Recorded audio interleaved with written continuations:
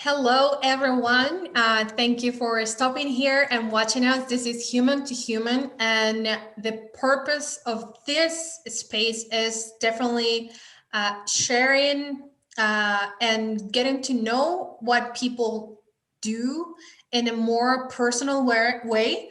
Um, Again, the idea of this space it came because in busy world and we start connecting with more people in social media, we lack that deep connection on what's the meaning of why people do what they do. So please, with our further ado, I welcome Gary Gradley and thank you for being here. So do you mind just sharing with us what do you do and Thanks, Marilu. And I just want to say I'm really proud of you. You come from Mexico, and English is your second language, and here you are doing this. Like this is fantastic. Like, well done. I high five to you and take my hat off to you, and keep up the good work. Keep following your heart. And so the work that I'm doing, that I feel called to do, Gary Gradley, and I live in the Guelph area. Had my own corporate training business for 20 plus years, previously worked with 20,000 people. And I learned a lot then. And what I've learned mostly is to follow my heart. So what my heart is telling me right now is to help as many people as possible to raise their faith, their finances, and their emotional stability by actually helping them to get clarity on their greatest passion and their purpose in life and to act upon that. And that becomes the most fulfilling for them.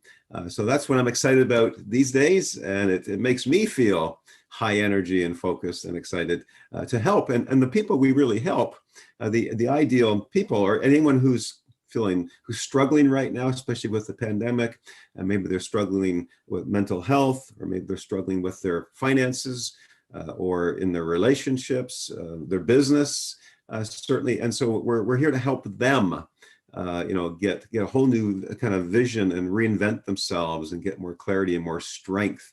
And if they're an employee, 47% of employees, as research shows, hate their job.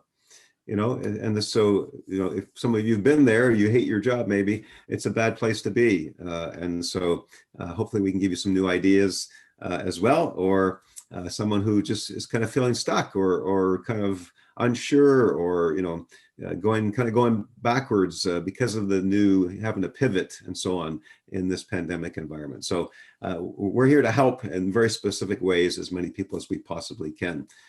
In fact, let me just say that the mission really is, for me and my co-facilitator, Rosa Lakaising, is Mission 2021, which is 100 people living on purpose and making a positive difference in the world this year in 2021. And I'm thinking we all can probably agree that the world needs help right now. It needs each one to show up and be on purpose. Yes, thank you. As you were sharing that, makes me think it's a total reality. Like I hear more and more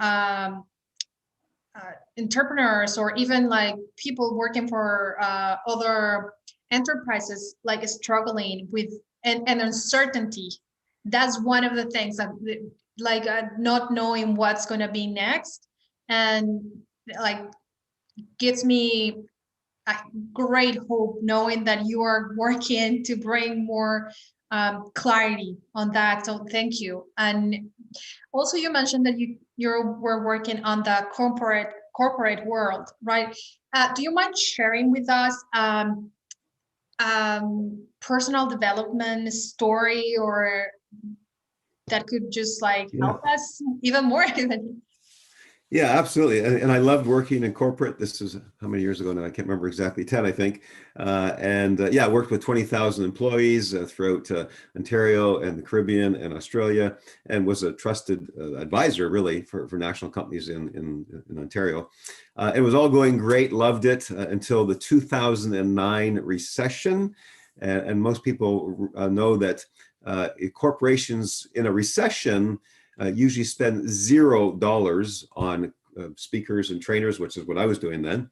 And so I'm working extremely hard for a full year of this intense recession, worst one I've experienced. I've experienced 3 of them, and with zero income, and as a a sole income provider for my family, I rack up $50,000 in credit card debt. 50,000, and the financial stress was like terrible, and it was really a painful time, emotionally, certainly, and I'm really hoping that there aren't any people out there who are listening to this that are in that place, because it's a really bad place to be, and you just, if you are, then just know that one day you will come out of it, and you can accelerate how to come out of it in various ways. And from what my experience was, is that, after a year, I finally, of no business and working really hard, I finally, I become cynical. Like, I become hopeless. And I would never wish that on anybody. Being hopeless is a really, really bad place to be. So I hope no one is there. And then after about after several months of feeling hopeless, I remember clearly, it was a February morning, a bleak, cold winter morning, 2009. I'm in my side office over here, and I just decided I'm sick and tired of feeling sick and tired, and I'm never going to choose to feel sick and tired ever again.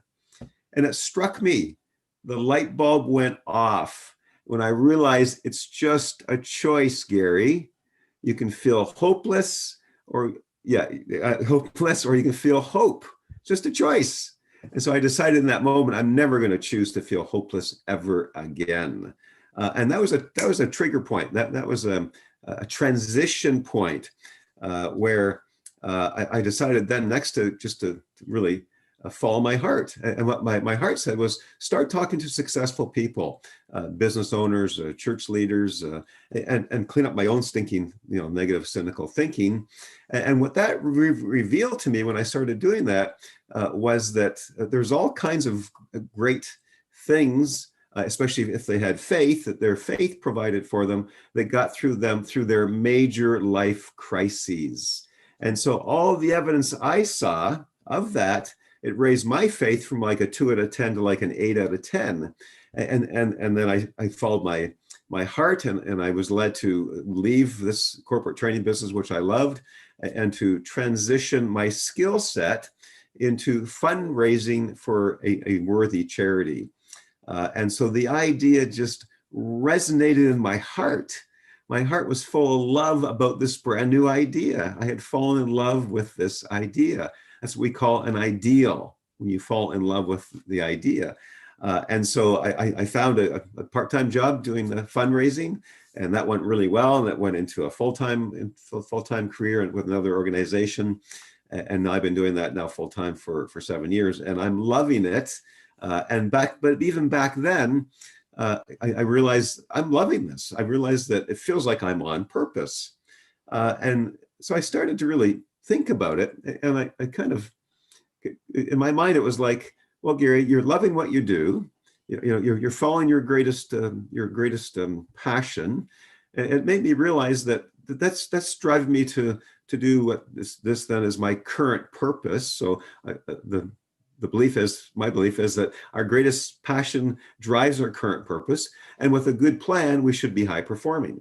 And that's been what I've experienced. And a lot of the research I did back then around this whole idea was, yes, it's true. There's a ton of consensus that says that, yes, we all have a purpose in life, that we are here to make a difference and to serve humanity. And I want to share a quote in that regard. And many people recognize Viktor Frankl, the author of Man's Search for Meaning. So he was in the concentration camp during the Second World War, and he was strong mentally, emotionally, and so his book is just full of that. Some of you recognize it, and this is one of his quotes that I love. Many quotes. He says, "Everyone has their own specific mission in life to carry out, a concrete assignment which demands fulfillment." So you cannot be replaced. You and I and we cannot be replaced nor can your life be repeated. The world needs you to show up and be on purpose. So that's what we're doing, and that's what I discovered. And it's a great way to live our life, because there's lots of benefits about living on purpose, for sure. True.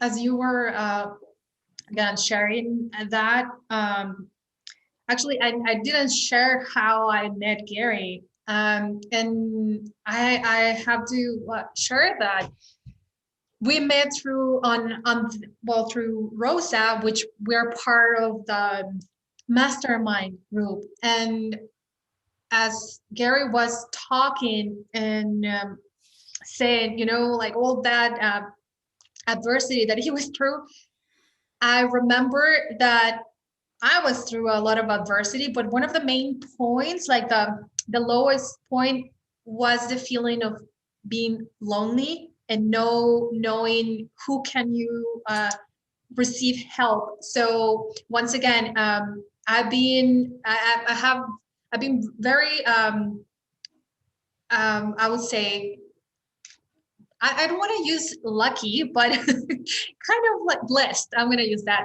Yes, blessed, favored. Blessed, exactly. On having you as part of the mastermind and receiving your knowledge too, and having that support. So it's so important receiving advice from someone that, and letting you know that you're not alone and how to do the things. So once again, that's for the people watching, you're not alone. If you're not, so reach out. And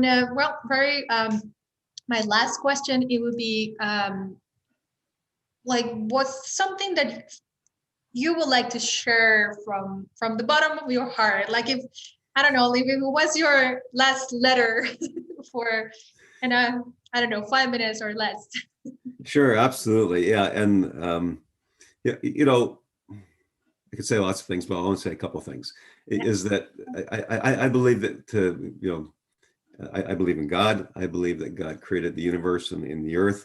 I believe that God loves his, I say the word his, right? And when I say God, replace it with whatever your specific terminology is. It may be divine, it may be source, it may be Allah, whatever that is for you. We're talking about the same essence, the essence of life, and that God loves his creation, and you and I are part of that creation. We are his creation. We are spiritual beings. We have an intellect, we have a soul, and we're having a physical experience living in a physical body, but we're spiritual beings. I think most people would have that kind of knowledge that we are spiritual beings, and that we all, additionally, that we all have a purpose. We're here for a reason. God creates his creation for purposes. He doesn't create anything without a purpose. Everything has a purpose, which includes you and I believe. And additionally, I'll just wrap up and say that that when we find our purpose and we're acting on a purpose and we're fulfilled, we feel fulfilled. Think of the last time that you felt full of just excitement and joy and expectation and high belief, because you were passionate about what you were doing, you believed in what you were doing, and you felt on top of the world, and you felt like you could do anything. And there's power there. And part of that, I believe, is when we have clarity of what we love to do, our passion and purpose, then it shows up as personal power. And we all need that. And then we can make the biggest difference in the world and be fulfilled, because we're making a contribution and we feel fulfilled. And if you're serving clients, it's going to increase your income, your clients as well. Or you're serving your spouse, your partner, your neighbor. It's all makes a difference. So we are loved by God. We are here for a purpose, and God expects us to use us for our purpose and to love others. So that's what I'd say. Thank you. And how? Well, I know your social media. I'm definitely going to post it. The people are going to find it on the comments below, and your links, your social media. But I know you have a webinar coming up, and I would love to hear more about it, please. Absolutely. Yeah. So please check your calendars, mark your calendars for Tuesday, May 11th. 7 p.m. to 8:30 p.m. It's a complimentary webinar. It's entitled Reignite Your Passion, Purpose, and Performance in 2021. And that's exactly what we're going to be doing. And we're going to help you get unstuck by refocusing and by crystallizing some meaningful insights for you around your greatest heart's desire, reigniting that greatest passion, discovering that greatest passion. And then as you do that, then you'll be experiencing, what it feels like to be fulfilled and contribute to serve others. You'll be learning the 7-step process of how to discover and act upon your life purpose. And so primarily all of this is going to give you more clarity. And as I talked about just a moment ago, that the clarity equals power. And it's because when we have clarity, it increases our confidence and our commitment and our conviction to act. So that's what clarity does. So hope that you can join us if you're in any of these places of feeling struggled or stuck or kind of suffering.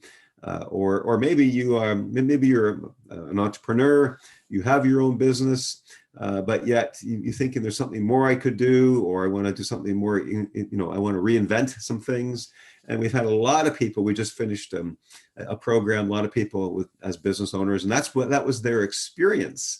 That's what it gave them, a deeper understanding of their purpose and how they could better achieve it in some unique new ways. So whether you're an employee or whether you're between jobs, please come and join us, or whether you're self-employed. So love to have you there. You'll get great value from it. You'll walk away inspired, because now is the time for greater clarity, confidence, and power for you. Yeah, thank you. I was doing, I'll be there. Remember. All right. Me too. And Rosa too. Thanks for coming. Yes. I've been reading a lot lately about procrastination. And something really interesting that I found is actually has nothing to do with laziness, or is actually so related to lack of clarity. Even though sometimes if we know or have an idea like what to do next, is because we don't have the certainty. And that's like that fear of the unknown, or is what causes procrastination. And Yes. again, it's lack of clarity. Like what it is behind is just that, like we had the idea, but we just don't know how to do it. Yeah, and actually that's a great point, because lack of clarity, what you just said to me, is that it exposes the fear that we have, and the fear causes the procrastination.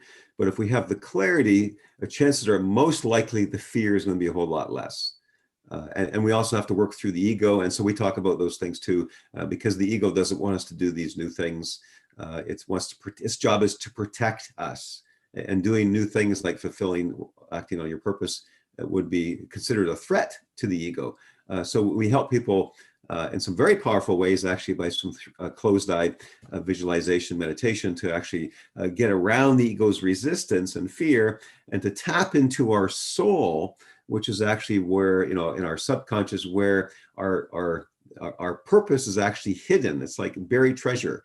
We just need to find the treasure chest and open it, which we do when we tap into our soul, and we will discover indicators of our purpose. And as we walk that out, it'll get clearer and clearer. So yeah, it's quite an exciting process. It's a thrill, and we're looking forward to making a difference. So please come and join us on Tuesday, May 11th at 7 p.m. and you'll be glad that you did. Thank you. Thank you. Well, that's it for me. Thank you so much. Thank you so much, Gary. And my last sharing, it would be especially in this time when we're here in Canada, we're still on lockdown in Ontario. And I want to, my deep concern, or I would say my deep, my heart's sharing is, I want to share the good news, and instead of just to start talking or complaining or lack. Let's talk about abundance and love and opportunities and new ways. So Anything else you want to add before we say goodbye? I know No, I think that was perfect. I think what you said is that like we focus on the positive and the love, and that's what expands. Whatever we focus on expands. So that's a great word. So thank you. And yeah, I encourage people to talk with you about coaching, about how you can support them. You have tons of knowledge and experience, and you have a compassionate heart to really help people. So I want to encourage those listening or watching, talk to Marilu and find out how she might be able to help you move forward in your life. Thank you again. And for everyone here watching, be blessed and hopefully see you there on May 11th. Okay, bye now.